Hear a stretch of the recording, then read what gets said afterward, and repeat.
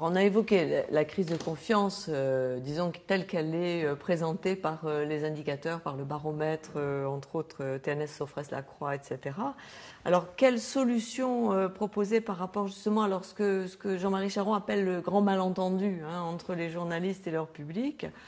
Alors nous, on pense que l'éducation aux médias en fait partie, c'est-à-dire que l'éducation aux médias, c'est aussi une façon d'expliquer, alors nous, à des publics jeunes, mais aussi à des publics enseignants, la façon dont l'information est produite, dans tous ces aspects, y compris les difficultés que rencontrent les journalistes. Vraiment, moi je crois que l'éducation aux médias c'est important parce que ça fait se parler les journalistes et les publics. Les publics sont parfois d'un niveau, alors c'est pas d'un niveau d'exigence réelle, mais d'un niveau d'exigence un peu utopique.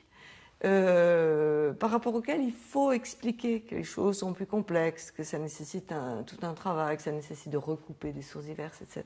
Ce qu'on disait, c'était qu'en effet, l'irruption des journalistes, alors on va dire, soit citoyens pour certains, soit collaboratifs pour d'autres, on ne l'a pas tout à fait évoqué. C'est, à mon avis, ça qui pose le plus de problèmes.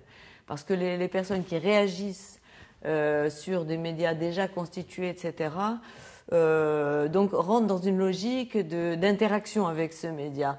Là où il y a vraiment des difficultés, je crois, c'est plutôt ceux qui créent comme ça une espèce de média fugitif dans lequel ils déversent leurs informations, leurs bribes à eux, leurs opinions, etc. Non, la co-construction d'informations, je trouve que c'est une bonne idée d'ailleurs, c'est une bonne dénomination. Le journaliste, justement grâce aux réactions de ceux qui le lisent, qui l'écoutent, qui le regardent, grâce aux compléments d'information ou aux opinions qu'ils expriment, peut être conduit à enrichir l'information qu'il a déjà présentée, à y intégrer d'autres types de sources, à creuser davantage.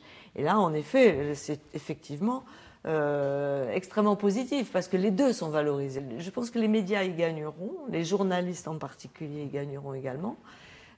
Puisqu'ils ont autant de sources potentielles. On sait bien que les journalistes ont besoin aussi d'avoir des carnets d'adresses, des sources spécialisées, des gens en qui ils ont confiance pour leur apporter à la fois des infos, mais aussi des éléments complémentaires.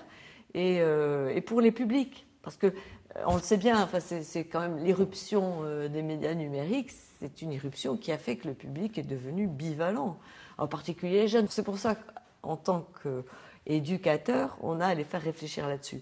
Parce qu'en tant que producteur ou en tant que rediffuseur d'infos, ils ont une responsabilité. C'est pas un simple clic qui va redispatcher. Réfléchissez.